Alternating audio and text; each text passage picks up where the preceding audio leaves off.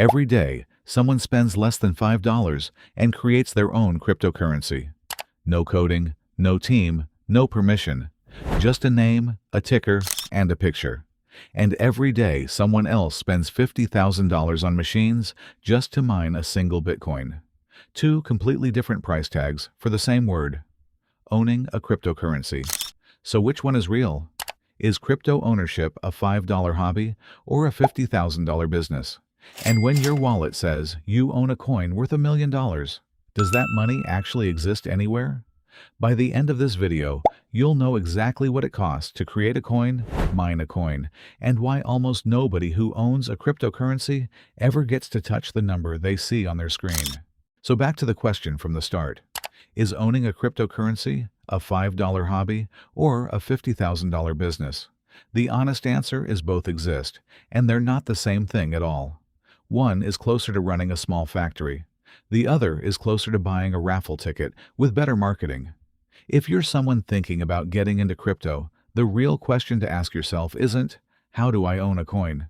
It's, which of these three games am I actually playing?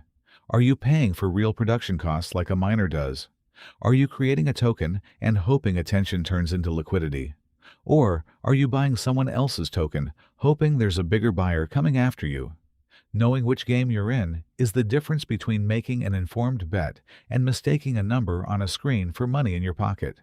If this helped you understand crypto ownership a little better, subscribe, because we break down exactly how these financial systems actually work.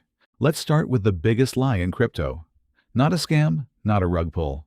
Just basic math that everyone reads wrong. You've seen it. A coin is worth $2 billion. People call the creator a billionaire. But here's what market cap actually is: the price of the last trade multiplied by every coin that exists. That's the entire formula. Last price times total supply. Say a coin has 1 billion tokens in circulation.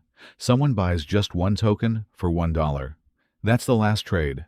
Multiply $1 by 1 billion tokens, and suddenly the coin is worth $1 billion on paper. But only $1 actually changed hands. This is why market cap is not money sitting in a bank account.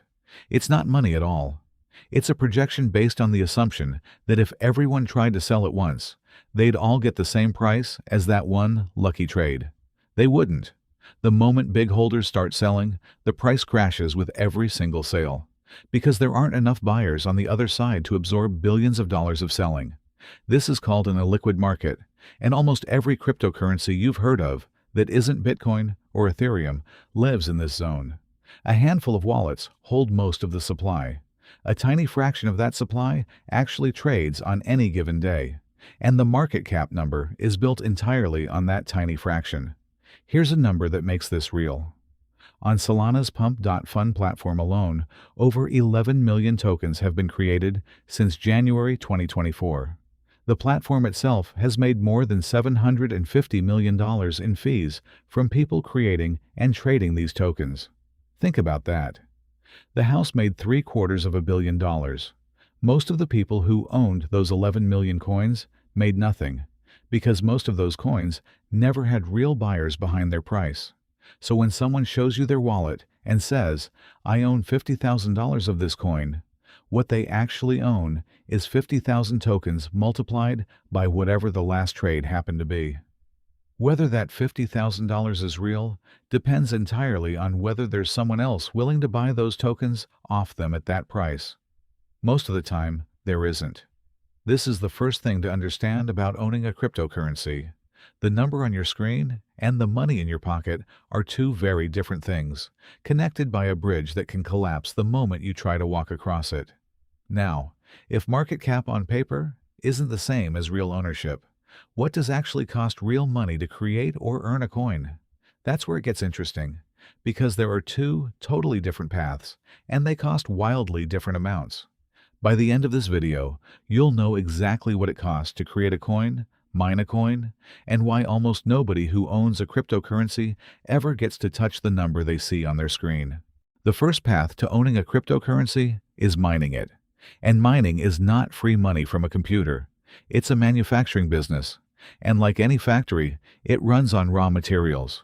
For Bitcoin, The raw material is electricity, and the factory is a specialized machine called an ASIC, built for one job only, guessing numbers as fast as possible until one of them matches what the network wants.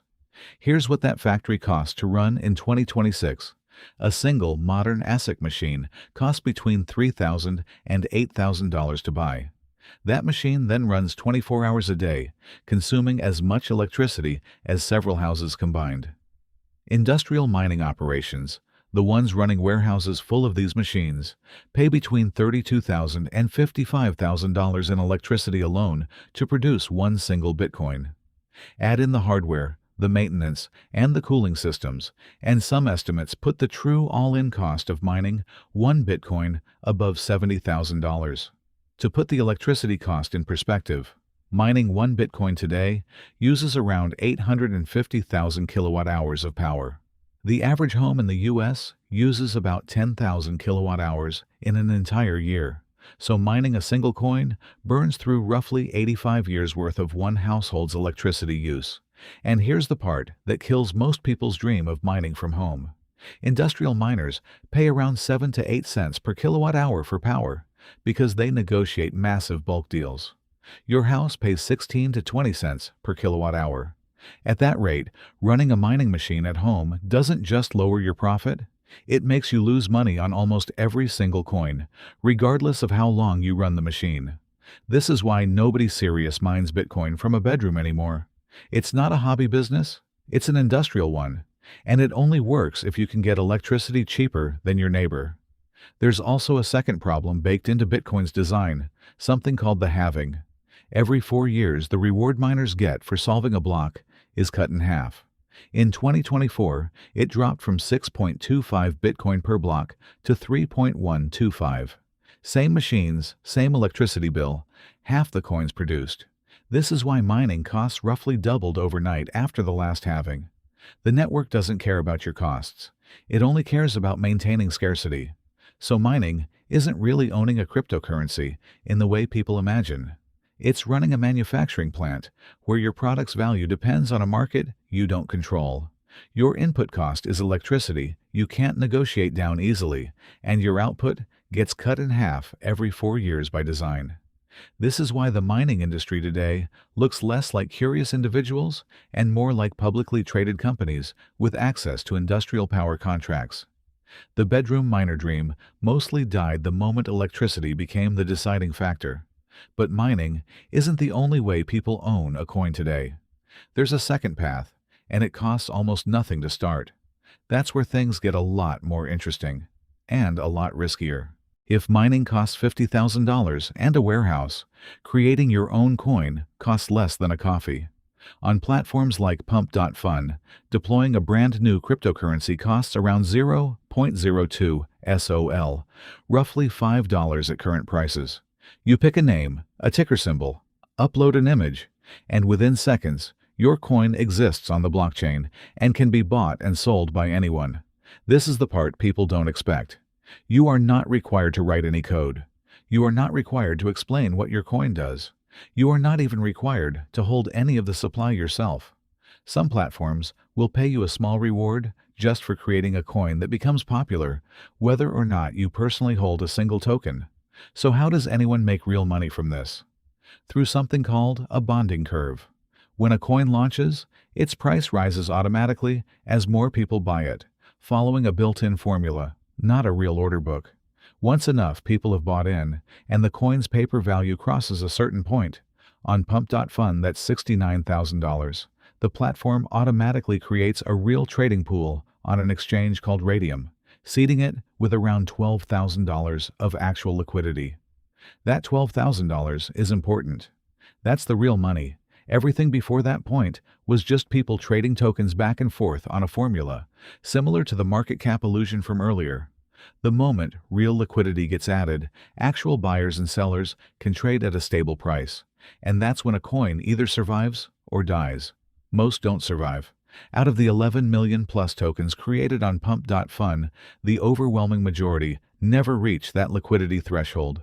They get created, a few people buy in early, the creator or early buyers sell, the price collapses, and the coin is abandoned within hours. This is the pattern people call a rug pull, though technically, a rug pull is when the creator planned the collapse from day one, while most coins simply die from lack of interest. If you want a coin that actually looks legitimate instead of a $5 experiment, the price goes up fast.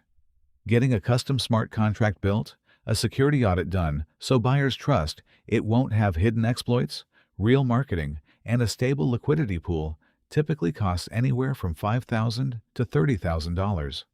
Serious projects aiming to be taken seriously by centralized exchanges spend $50,000 to over $100,000, sometimes more. So creating a coin has two completely different price tags depending on your goal. $5 if you're gambling on internet attention, tens of thousands of dollars if you're trying to build something that survives past the first week. Either way, here's the uncomfortable truth. The platform makes money regardless of whether your coin succeeds.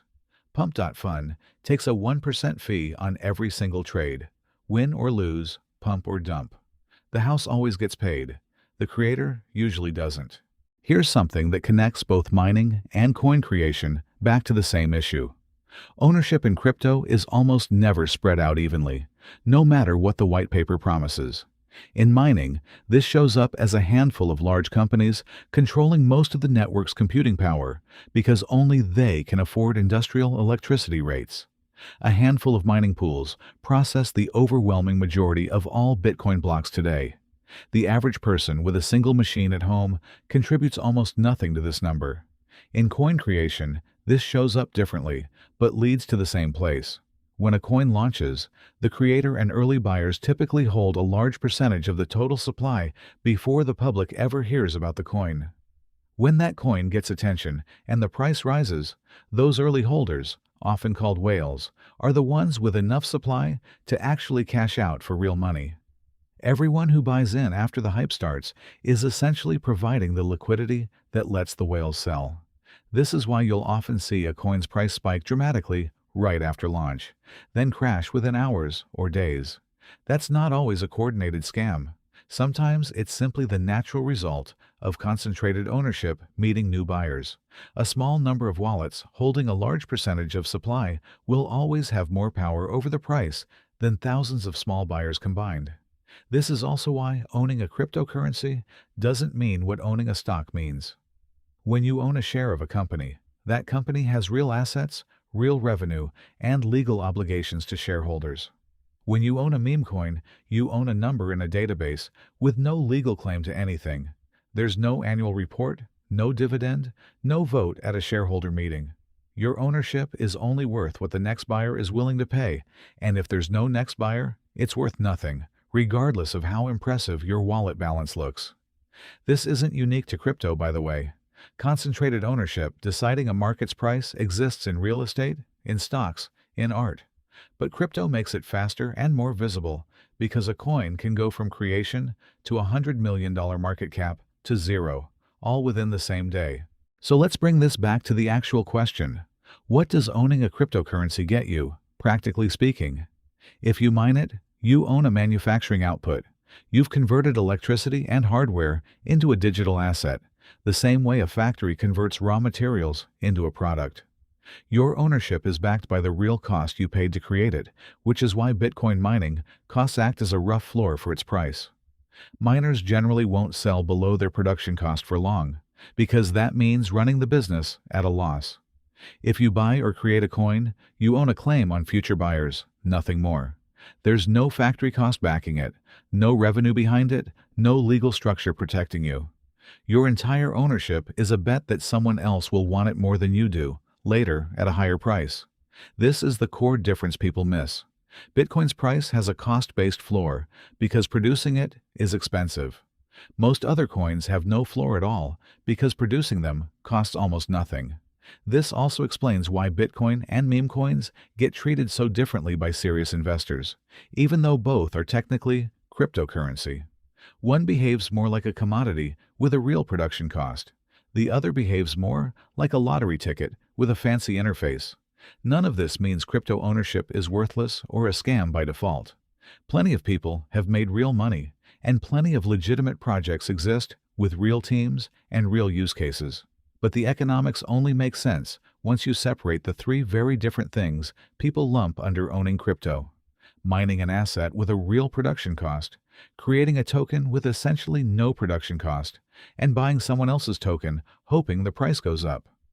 Three different businesses, three completely different risk levels, all wearing the same word: ownership. So back to the question from the start.